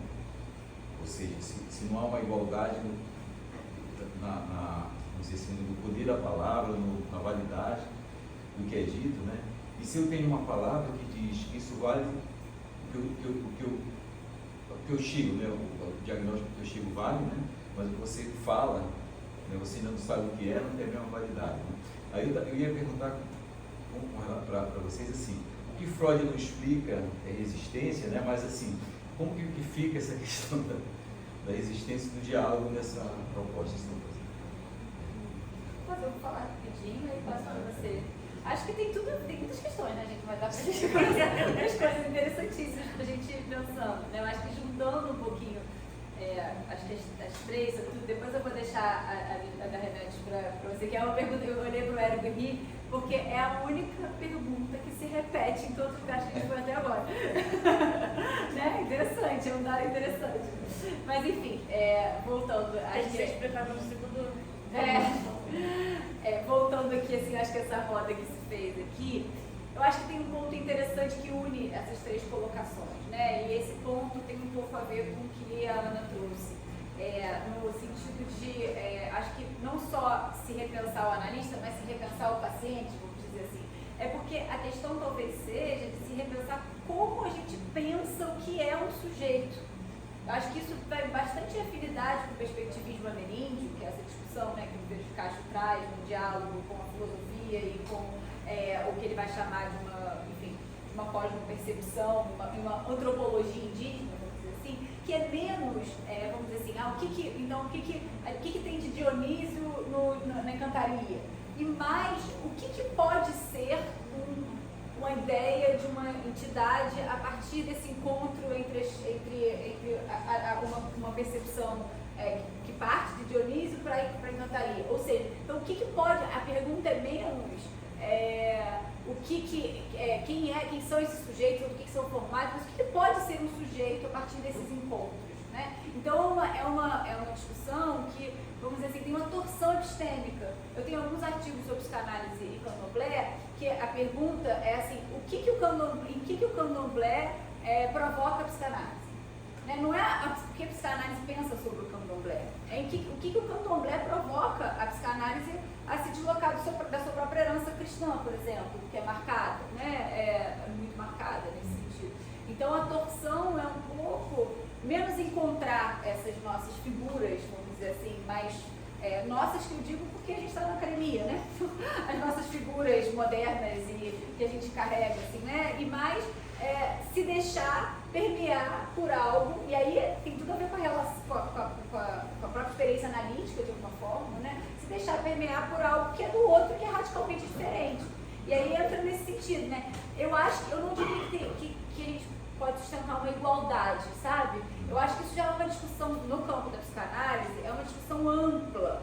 O Ferenczi, por exemplo, vocês já ouviram falar do Ferenczi, Sandor Ferenczi, que é mais ou menos contemporâneo ao Freud. Contemporâneo, ele é mais novo, mas morreu um pouco antes, fez análise com Freud. Ele fez um experimento, vamos dizer assim, de análise mútua.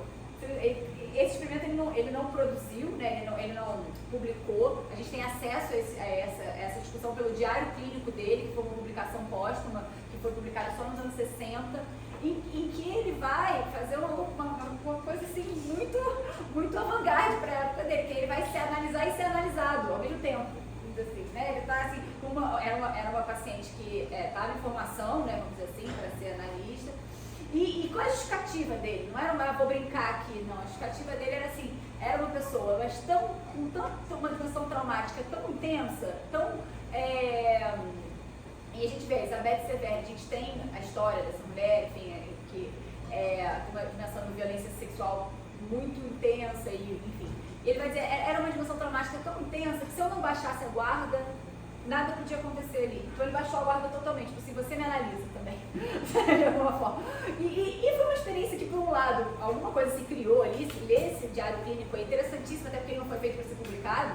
Então, os relatos clínicos estão ali, né, meio bruto, assim, que a gente vai... Porque o psicanalista adora contar os casos que deu certo, né? Assim, a hora que aconteceu, que linda. Tem 90 que as coisas se embolaram, né? Assim, mas, então, assim, o que eu diria, pensando a partir do que você traz, é que a partir dessa experiência diferente, por exemplo, ele percebeu, depois dessa experiência, que não é uma questão de igualdade, né? A gente não está no mesmo lugar, né? Assim, essa experiência não deu certo em alguma medida, né? Teve um limite ali, muito importante. Mas, aí, voltando para o que o Érico estava falando sobre diferença, né? É como pensar a diferença, não por essa dimensão necessariamente hierárquica ou de resistência, né? Mas diferença em termos de transformativa, aí entra o perspectivismo, né? A diferença enquanto possibilidade de não sei se está sendo, enfim, mas acho que é algo para a gente poder conversar, né? Inclusive que emenda com a pergunta da Remédio, que eu vou deixar para o Érico essa. Muito bom, eu ia brincar que a Ney não fizeram propaganda do nosso livro ótimo, porque depois da falar dele dois, vocês tinham que comprar o livro, porque realmente foi bonito, só achei bem legal. E é interessante notar também como o debate vai fluindo, a gente não estava nem estabelecendo, as pessoas estão falando porque parece que tem instiga mesmo, né? E eu espero que o livro tenha esse efeito também para quem for ler.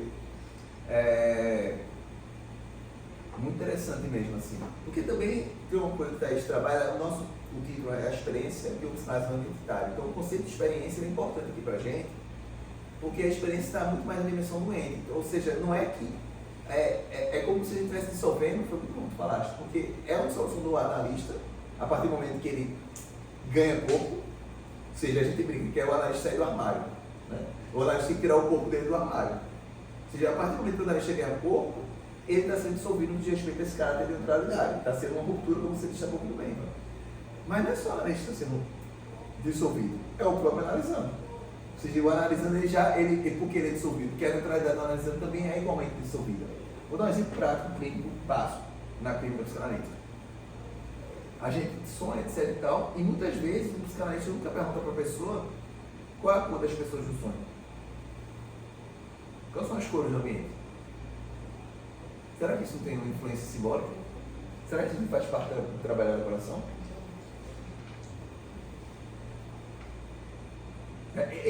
Isso na minha análise pessoal, como sempre como analista, eu já tenho essa prática, claro, mas como pessoa que faz análise, isso foi uma coisa recente. Eu me dei conta de todas as discussões, não sou mais socialista, tem cor, no inconsciente tem cor, como dizia o Nino. Ou seja, isso não estava claro, isso não está longe. Muito claro. Estava muito claro, esse era o problema, né? Isso está longe de ser óbvio, né? E aí, eu achei muito boa a tua pergunta, o que é que sobra da psicanálise, né? E eu acho que é justamente a repetição que permite a elaboração, né? Isso é um texto clássico do Freud. Eu acho que o que sobra é aquilo que a psicanálise ocultou. Em outras palavras, a própria corporeidade. O que sobra é justamente aquilo que a gente considera que é centro, que é o corpo. Ou seja, o que é que sobra, o que é que resta da psicanálise? Aquilo que ela obliterou. Eu costumo responder que eu não sei, vamos ver. Não, mas assim, mas no nosso texto tem uma resposta, eu acho. Não sei. A nossa corporeidade, porque a pergunta dela é, o que faz esse texto ser um texto de psicanálise? Olha, eu diria também que eu acho que sobra o que mais importa da psicanálise. Que aí tem a ver até com esse movimento, a gente pode até pensar com esse movimento que Nietzsche também, vamos dizer assim, compartilha em alguma medida, né? Que é esse exercício de se repensar, né? Continuar se repensando, De rejuvenescer. continuar se rejuvenescer. Eu acho que é importante, né, o ponto que o professor Ana colocou, da dissolução. Porque o Dionísio, ele é um solvente. É essa a definição. Não é? Por isso que ele é iconoclasta. Ele dissolve as coisas. Quer dizer, no final, ele é muito perigoso. Sim. Por exemplo, a professora Maria dos Remédios colocou que o Freud é apolíneo. Então a gente pode pensar muito mais. A gente pode pensar que o Nietzsche ele é dionisíaco. Cuidado, porque não é assim. Essa é uma leitura errônea do Nietzsche. Não é? É uma leitura muito propagada como se o Nietzsche fosse o dionisíaco em si, um louco. Até a questão da morte dele não é assim. O que o Nietzsche chama a atenção muito é para o poder dionisíaco. Por quê? Porque é como nasce. Não é? Ele é um solvente. Como você tem uma imagem, se você é um pintor, você usa das tintas e você usa do solvente. Porque o solvente ele dissolve as cores. Então você trabalha exatamente com essa potência natural da vida que dissolve as coisas. O que a gente poderia dizer? Esse dissolver é um ganho de perspectiva.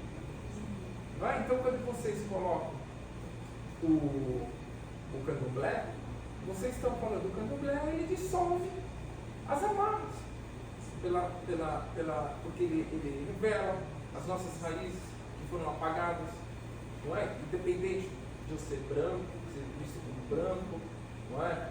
Para nós brasileiros, essa é a nossa raiz, que está ali amarrada, e que o candomblé vem, não é? A dança vem mostrar quem nós somos. Quer dizer, agora, eu acho que o que está sendo colocado aqui é o seguinte: essa psicanálise tradicional, ela não funciona para nós brasileiros. Por quê? Porque nós somos brasileiros que somos negros. Não é? Então, ela não funciona porque ela tem na raiz dela, no fundamento dela, uma abordagem que ela é eurocentrada. Não é? Se a gente pegar lá nos casos paradigmáticos de Freud, são todas pessoas brancas, são todas pessoas ricas, não é? É a elite de Viena que ele trata, e isso é estudado para, de repente, fazer um tratamento psicanalítico de pessoas de rua. Quer dizer, é claro que não vai funcionar, e é isso que vocês mostram. E vocês estão dizendo, é possível usar esse mecanismo de maneira deslocada para a nossa cultura. Então vocês trazem diversos depoimentos de trabalhos, inclusive, como eu já falei, né, de mulheres negras, inclusive falar, né, que o inconsciente tem cor, é uma brasileira negra que estudou e falou isso. Então a gente pode falar, quando você pensa no analista, você pensa em qual cor? É um branco. Quer dizer, é uma imagem que está muito solidificada e que precisa ser dissolvida. Agora, a análise não está lá para dissolver o analista, está lá também para dissolver o analisante, nesse ponto. Não é? Por quê? Porque ele está amarrado em certas construções do racismo estrutural que faz ele pensar, eu sou inferiorizado, por exemplo. E é nesse sentido que eu queria colocar uma questão que eu acho que funciona um pouco como o Nietzsche aqui no trabalho de vocês, não é? Ressoa em muitos lugares e vocês chegam a citar e falar, mas não de maneira assim muito ampla. Eu acho que a proposta de vocês é exatamente essa mesmo. Eu não estou dizendo que deveria ser de outra forma, sobre o Fanon. Não é? Porque o Fanon, de certa forma, por exemplo, ele não é considerado psicanalista. Não é? O Fanon é um psiquiatra, de primeira linha. Não é? Mas é claro que a gente pode falar, a vontade dele é psicanalista. E ele faz, de certa forma, o que vocês estão fazendo. Quer dizer, levar a psicanálise para lugares que de repente não chegam. Então, eu acho que isso é muito importante, porque é nessa perspectiva que é necessário uma dissolução do analisante. E talvez ela não seja possível, não é, ser realizada nesse contexto brasileiro, se não houver também uma dissolução do analista. É dialético mesmo, né? Acho que foi muito bom chamar Fanon para a conversa, porque Fanon também serve de base para o diálogo com essas mulheres negras, que você destacou, e que estão na base do nosso texto, né? Tanto pensadoras africanas como pensadoras brasileiras. Que a ideia tem uma parte do nosso texto que é uma citação do Fanon que é muito interessante, que a gente colocou, que é uma prece assim, me fazer nenhum corpo que questiona, né? Essa frase foi uma importante para a gente, e não foi à toa que a gente escolheu essa frase precisamente, porque o ponto central desse debate que as mulheres negras trazem para a psicanálise é da corporeidade do gênero. Mas a gente está com elas e ainda vai caminhar mais para frente, que é questionar a própria noção de gênero, como a gente está fazendo. Porque o não identitário? Porque o não identitário a gente questiona o gênero, ou seja, a gente defende no texto que o gênero é uma criação colonial. Então, essa é uma crítica que eu considero assim, que o nosso texto traz, dialogando com outras pessoas que estão fazendo essa crítica. Eu sei que está inventando isso, Marelo Gomes, Ailton Muni, uma galera tem feito isso, mas é uma crítica que isso tem implicações metapsicológicas, ou seja, a própria divisão binária de gênero, ela está constituída no binarismo. A gente sabe, então, nesse sentido ele não é identitário, porque mesmo a identidade de gênero ela é questionada como elemento fundante da teoria psicanalítica. Ou seja, o que a gente está colocando em xeque também é a metapsicologia, como você falou muito bem, isso é um convite, a gente vai resolver isso ainda, mas o nosso foco é a metapsicologia, porque muitas vezes a psicanálise fala assim, não, a gente bota gente negra, bota uma cotazinha para alguém negro aqui, no texto, uma pessoa indígena, etc., mas não mexe com a teoria psicanalítica. Não mexe com a teoria psicanalítica, aí já é demais. E o que nós estamos propondo, cabe ao fim, é um apontamento para mexer na teoria psicanalítica, porque a partir do momento, eu estou até fazendo reforma na casa, eu acabei de comprar um sorvete. E tem que inovar cuidadosamente. Não joga na casa toda não. Exatamente. Aqui que sobra. Exatamente. Muito bom, exatamente. Excelente. Tem que saber usar. Tem que saber usar. Eu estou confiando no pedreiro, sabe, só fiz comprar mesmo, mas eu vou lá chegar para confirmar se ele está usando direitinho. Mas assim, então, eu acho que a dissolução que essas cartas propõem, ela é uma dissolução que ao mesmo tempo está no seu gosto dissolutivo o caminho para o qual a gente vai seguir, que é essa aposta da psicanálise como uma experiência coletiva e brasileira. Brasileira não no sentido de uma identidade brasileira, uma experiência que ela acontece no nosso território. Essa passagem que você fez, a qual você fez menção, Ivan, é muito interessante, né, que a cabeça pensa, os pés pisam. Porque então, há uma integralidade do corpo nessa imagem, que envolve inclusive o território. E essa é a nossa aposta teórica, que o território é essa totalidade. Então não tem como a gente pensar gênero como forma absoluta e a priori. Gênero depende do território. Certo? E isso é fundamental. O aluno que não leu o livro pode fazer comigo. Que não leu o material. Não, eu fiquei assim, eu entendi a tua colocação do identitário, mas hoje tem uma discussão e uma crítica a uma identidade essencialista, né?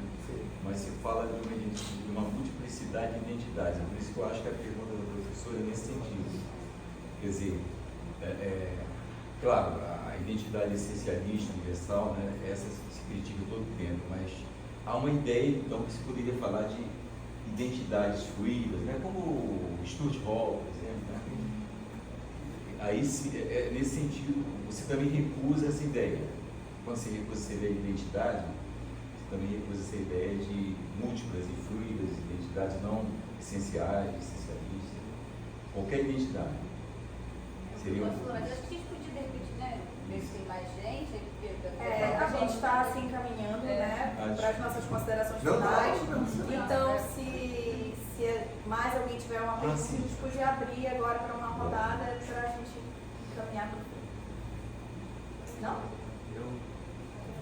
Como eu faço parte do PIBID, né, e como todas as palestras que eu frequento no PIBID, minha cabeça é sempre muito tendente a pensar sobre educação, formação de professor e tudo que isso envolve. Né? Então, foram se desenrolando vários debates e eu ia fazendo conexões com o trabalho de professor ou de educador. Né?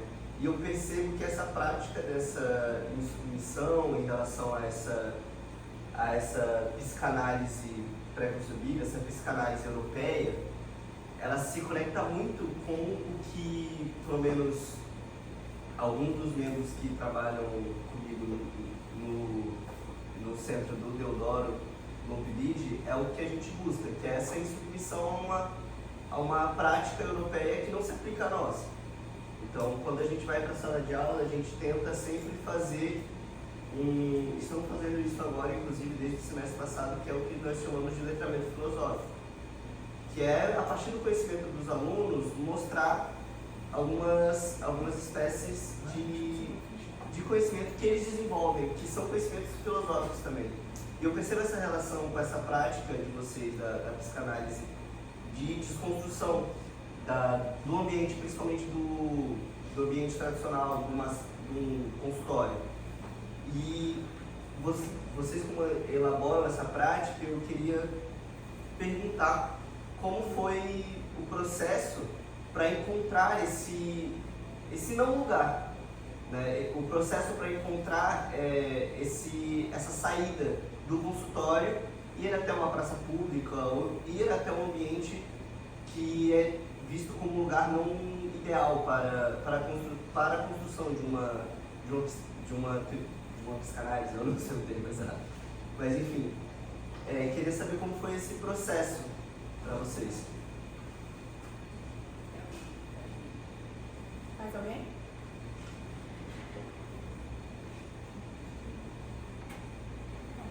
Então, Tá, vamos lá, vou pegar essas duas, aí a gente vai também finalizando, a gente vai ver muita coisa, né? Eu acho que as duas perguntas têm a ver. Vou responder, eu agradeço essa pergunta também, vindo dessa dimensão da educação, porque eu já vou explicar por quê. Mas primeiro, como é que é esse processo, né? Você falou de sair do consultório. Eu acho que aí entra um pouco a nossa experiência também singular aqui e que se uniu, né? Eu acho que nenhum de nós dois, por razões diferentes, cabia totalmente dentro do consultório. E aí, enfim, seja por questões de gênero, seja por questões de raça, seja por questões de experiência da vida que de alguma forma se deslocam um pouco desses ambientes, vamos dizer assim, mais burgueses, enfim, centrais, assim, enfim. Então a gente tem alguma coisa que a gente já se encontrou, então eu sinto que na verdade a gente não fez um movimento de sair do consultório e ir para a praça. Eu acho que talvez foi um movimento de perceber que de estar na praça e ter que ir para o consultório e depois voltar. Mas dito isso, assim, brincadeiras, a parte que o Érico pode até falar um pouquinho mais sobre isso, que a trajetória dele na psicanálise é até mais, assim, eu nunca fiz uma formação, por exemplo, em escola de psicanálise, eu brinco, eu dou aula em várias, mas nunca fiz nenhum, e nem sociedade de psicanálise. A minha formação é meio errática, assim, pela universidade, enfim, por analistas, grupos de análise, grupos mais, enfim, menores e coisas assim. E o Érico também tem uma formação, depois ele pode falar sobre isso. Mas eu acho que a sua pergunta foi interessante, não só por isso, foi um pouquinho para explicar algo que tem a ver com o livro e tem a ver com o formato do livro, né? É claro que a gente faz cartas a um velho terapeuta, né? São cartas. São cartas que a gente está enviando, né? Tem esse formato epistolar e tem várias razões para isso. A primeira delas, mais óbvia, é uma brincadeira com cartas ao jovem terapeuta, né? Ou cartas aos jovens. Geralmente as cartas são escritas desse tom professoral aos jovens, né? E aí vem esse professoral nesse lugar de alguém que tem algo a ensinar para o outro, que é aluno, precisa se alumiar, né? E quando a gente brinca com cartas ao velho, a gente está também trazendo uma dimensão de um deslocamento disso aí, né? Ou seja, não são aos jovens que a gente precisa ensinar, pelo contrário, né? Essa luz é que precisa iluminar algo do passado também para o futuro, de alguma forma, né? E, de uma maneira mais concreta, essa discussão ela veio também de uma experiência minha em sala de aula. Eu acho que não estava na apresentação, mas enfim, tudo bem. Mas eu sou professora da Universidade Federal Fluminense e da Universidade Federal do Rio de Janeiro do programa de pós-graduação em teoria psicanalítica. E na Universidade Federal Fluminense, eu sou professora do curso no interior do curso de psicologia e eu dou aula tipo assim, de psicanálise 1. Tem um nome lá, mas é como se fosse psicanálise 1. Então chega assim, as pessoas do terceiro período, segundo período, tipo, para aprender psicanálise. E claro que as pessoas já chegam, né, cheias de, enfim, de pressupostos, ou de preconceitos, ou de, enfim, ideias. E eu comecei a perceber o quanto que era difícil, assim, eu chegar lá. A minha primeira experiência como docente foi numa universidade entre o Complexo da Maré e o Complexo do Alemão, no Rio de Janeiro, assim, bem, bom sucesso, que são os dois maiores complexos urbanos de favela do Rio de Janeiro. E eu dava aula lá à noite para trabalhador. Então, assim, cheguei lá, eu falei, não tinha como eu virar e falar, gente, porque Freud, em 1995, imagina, tipo assim, às 10 horas da noite, depois eu tô todo mundo voltando do trabalho. E aí, enfim, uma coisa que eu fui ao longo dos anos, assim, que agora está mais consolidada, a primeira parte da aula, a gente lê cartas. Na psicanálise, cartas, a gente tem muitas cartas, né, trocas de cartas. Cartas foram muito importantes, né, assim, nessa época, sobretudo, e são muito importantes da história da psicanálise, porque é onde a gente vê, enfim, discussões que são obliteradas dos textos públicos, né, também, assim, essa torção entre público e privado. A Anne McClintock, que escreveu o Coro Imperial, vai mostrar como nas cartas do Freud, por exemplo, a babá dele aparece muito mais nessa trama edípica do que nos textos dele, por exemplo, né? A gente tem um texto na Carta Capital, né, sobre isso. Mas, então, dito assim, no final das contas, acabou que a metodologia da aula, vamos dizer assim, sei lá se assim posso dizer, acabou sendo primeiro leituras de cartas, e a primeira avaliação é uma carta a Freud. Então, os meus alunos, os estudantes, escrevem uma carta para Freud. Isso foi, assim, muito legal. Por quê? Porque, posso escrever? Pode. Qual é o critério de avaliação? Pessoalidade. E aí acabou que isso, começou a surgir coisas muito interessantes daí, em termos de, começou a se criar um endereçamento para a psicanálise. Ou seja, a psicanálise não era uma coisa que eles estavam ali recebendo, né? E aí tem toda essa discussão, continuação, né? Enfim. Então, acho que o formato do livro já traz algo nesse sentido e vem dessa experiência também, dessa experiência em sala de aula, né? Então, acho que foi uma observação interessante, né? E eu acho que a psicanálise, por um lado, ela é interessante para questionar essa dimensão, porque tem uma saída, né? Uma saída que os psicanalistas na universidade colocam, que aqui a gente fala de teoria psicanalítica porque não dá para transmitir um saber inconsciente, e aí se coloca meio fora, assim, dessa coisa de saúde, porque a transmissão parece que é uma coisa assim, transmissão da psicanálise. Mas, por outro lado, eu acho que é um desafio de como trazer essa dimensão de uma perspectiva que vai de fato envolver ali, né? De fato se tornar desejante, né? E eu acho que essa troca de cartas foi interessante nesse sentido. Vou tentar ser breve para a questão da identidade, porque eu acho que o Eric trabalha melhor para a gente também finalizar.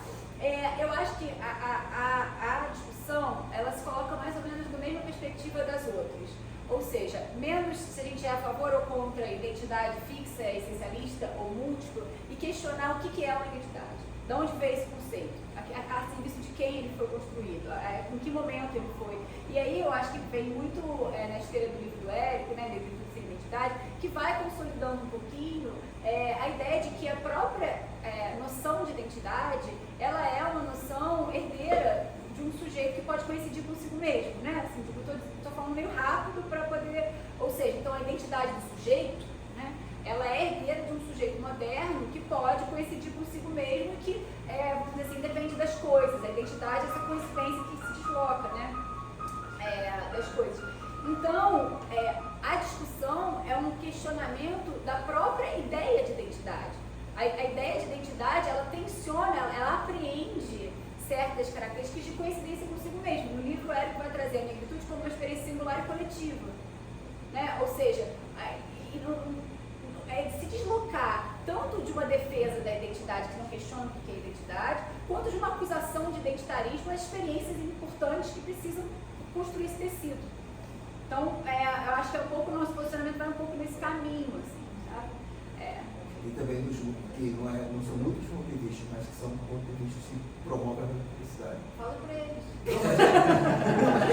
Eu abri no primeiro caso, assim, mostrar isso bem. Mas o que isso tem a ver com isso? Não, porque também a identidade, ela também é a fixação, é a ideia de que você pode fixar uma diferença. Sabe? Não apenas a identidade de si mesmo, como também uma possibilidade de fixação da diferença. E a gente está, de alguma forma, tentando dissolver diferença e identidade. Sabe? Acho que essa é a nossa... Eu acho que agora eu peguei o que você queria falar. É que a identidade, ela também remete a uma discussão de que tem diferenças dentro de uma concepção de sujeito, né? E aí, isso traz o deslocamento dessa perspectiva não são, vamos dizer assim, é um deslocamento, mesmo deslocamento que é feito de múltiplas culturas no mundo. A gente tem um monte de cultura no mundo, né? O deslocamento que se faz no perspectivismo é um multinaturalismo, não um multiculturalismo. Ou seja, então tem diferentes mundos e não diferentes culturas, vamos dizer assim. Então são diferentes experiências singulares. E são indissociáveis do território. São indissociáveis do território. E não, que não podem ser contempladas pelo conceito de identidade. É essa posição, né? É a posição que a gente está tomando desse diálogo. Mas é um diálogo importante, né? É um diálogo importante, é arriscado, né? Porque de alguma forma está em jogo, enfim, a possibilidade de fato de conseguir, enfim, não relegar a um certo lugar essa multiplicidade da experiência, que é uma multiplicidade que não é abstrata, né? Ela é ligada ao território, ela tem cor, ela tem raça, ela tem gênero, né? Não, gente, eu quero só, assim, agradecer. É impressionante, né? A gente faz debate em São Paulo, a gente faz vários debates, tem gravado outro podcast, fizemos debate em Recife, no Rio, mas é impressionante como o debate, a gente vai para lugares que a gente nem esperava, né? Eu estou assim feliz, porque mostra como o livro pode ser de fato um convite a que essa roda se estenda, né? Com mais gente. Acho que é agradecer a vocês pela presença, né? E muito legal, muito bom. Eu queria agradecer a todos. A Maria, agradecer a organização. E acho que a conversa continua na segunda, né? Então a gente vai ter tempo para continuar a conversa. Então, estamos vendendo um livro aqui, promoção, estudante R$40, professor 50. Tem um livro, tem um livro da Thaís também, e o meu separado, né? Mas aqui temos esse aqui para venda. É isso.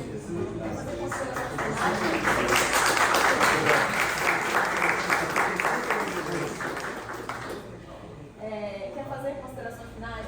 Eu queria agradecer pela presença de vocês, pela possibilidade de ter lido o livro, saído do forno, e de ouvir vocês. É isso. Obrigado pela presença de vocês também, pela atenção.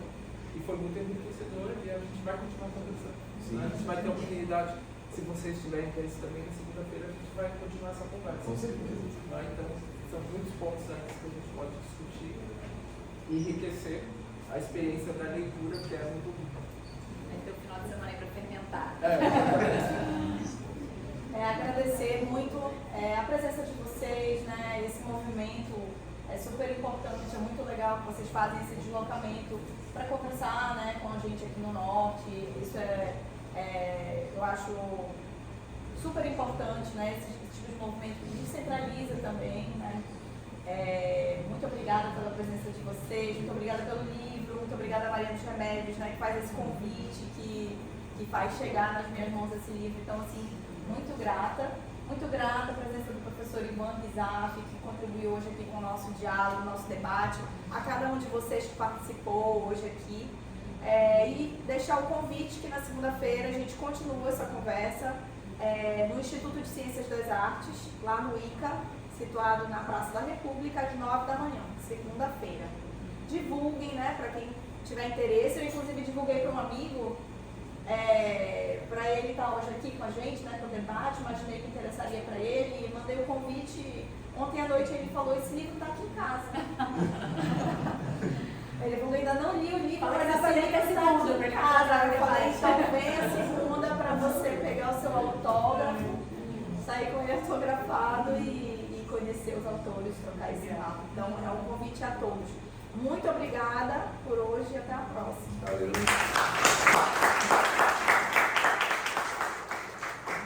A experiência de discutir primeiro para ler depois, amigo.